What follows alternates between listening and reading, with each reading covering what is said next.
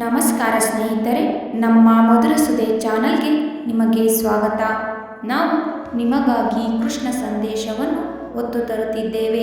ಇಂದಿನ ಕೃಷ್ಣ ಸಂದೇಶವನ್ನು ನೋಡುವ ಮೊದಲು ಯಾರೆಲ್ಲ ನಮ್ಮ ಚಾನಲನ್ನು ಹೊಸದಾಗಿ ವೀಕ್ಷಿಸುತ್ತಿದ್ದೀರಿ, ನಮ್ಮ ಚಾನಲನ್ನು ಸಬ್ಸ್ಕ್ರೈಬ್ ಮಾಡಿಕೊಳ್ಳಿ.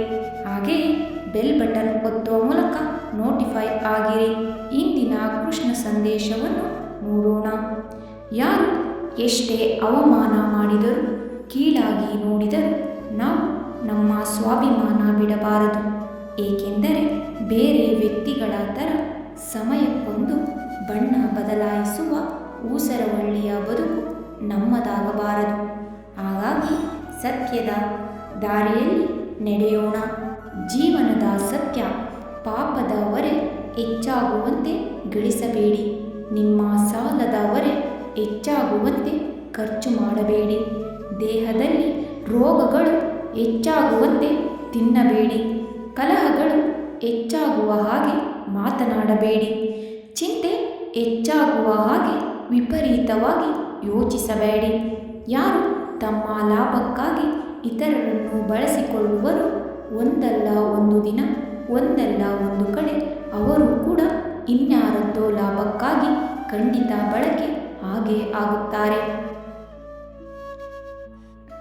ಕತ್ತಲನ್ನು ಬೆಳಕು ಮರೆ ಮಾಡಬಹುದೇ ಹೊರತು ಅದನ್ನು ನಾಶ ಮಾಡಲು ಸಾಧ್ಯವಿಲ್ಲ. ಹಾಗೆಯೇ ಕಾಲಕಾಲಕ್ಕೆ ಕಷ್ಟಗಳೆಂಬ ಕತ್ತಲು ಕವಿಯುವುದು ಸಹಜ. ಅದನ್ನು ಭಕ್ತಿ ಎಂಬ ಬೆಳಕಿನಿಂದ ಎದುರಿಸಬಹುದು. ತಾಳ್ಮೆಯಿಂದ ಕಾಯಬೇಕಷ್ಟೆ. ನಮಗೆ ಕಷ್ಟ ಬಂದಾಗ ನಗುವವರು ಶತ್ರುಗಳು, ಧೈರ್ಯ ಹೇಳುವವರು ಬಂಧುಗಳು, ಕಣ್ಣೀರು ಒರೆಸುವವರು ಸ್ನೇಹಿತರು. ಆದರೆ ಯಾರಿಗೂ ಕಾಣದೆ ಹಾಗೆ ಮರೆಯಲ್ಲಿ ನಿಂತು ಕಣ್ಣೀರು ಹಾಕುವವರು ತಂದೆ ತಾಯಿಗಳು. ಹಾಗಾಗಿ ತಂದೆ ತಾಯಿಗಳನ್ನು ಚೆನ್ನಾಗಿ ನೋಡಿಕೊಳ್ಳೋಣ. ಸಂಬಂಧಗಳು ತೀರಾ ಅಳಸಿ ಹೋಗುವ ಮುನ್ನ ದೂರವಾಗುವುದೇ ಚೆನ್ನ. ಇಲ್ಲವಾದರೆ ಉಳಿಯಬಹುದಾದ ಕೆಲವು ಸಿಹಿ ನೆನಪುಗಳು ಕೂಡ ಕಹಿಯಾಗಿ ಕಾಡಬಹುದು. ನಿನ್ನನ್ನು ಅಳಿಸಿದವರು ಅಳುವ ಸಮಯ ಬಂದೇ ಬರುತ್ತದೆ. ಕಾದು ನೋಡು. ಏಕೆಂದರೆ ನಾವು ಕಾಲಚಕ್ರದ ಮಧ್ಯೆ ಸಿಲುಕಿದ್ದೇವೆ.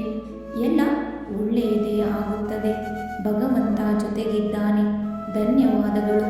ನಮ್ಮ ಪ್ರಯತ್ನ ನಿಮಗೆ ಇಷ್ಟವಾಗಿದ್ದಲ್ಲಿ ನಮ್ಮ ವಿಡಿಯೋಗೆ ಒಂದು ಲೈಕ್ ನೀಡಿ. ಹಾಗೆಯೇ ನಮ್ಮ ಚಾನಲನ್ನು ಸಬ್ಸ್ಕ್ರೈಬ್ ಮಾಡಿಕೊಳ್ಳಿ. ನಿಮ್ಮ ಅನಿಸಿಕೆ ಅಭಿಪ್ರಾಯಗಳನ್ನು ಕಮೆಂಟ್ ಮೂಲಕ ತಿಳಿಸಿ. ಧನ್ಯವಾದಗಳು.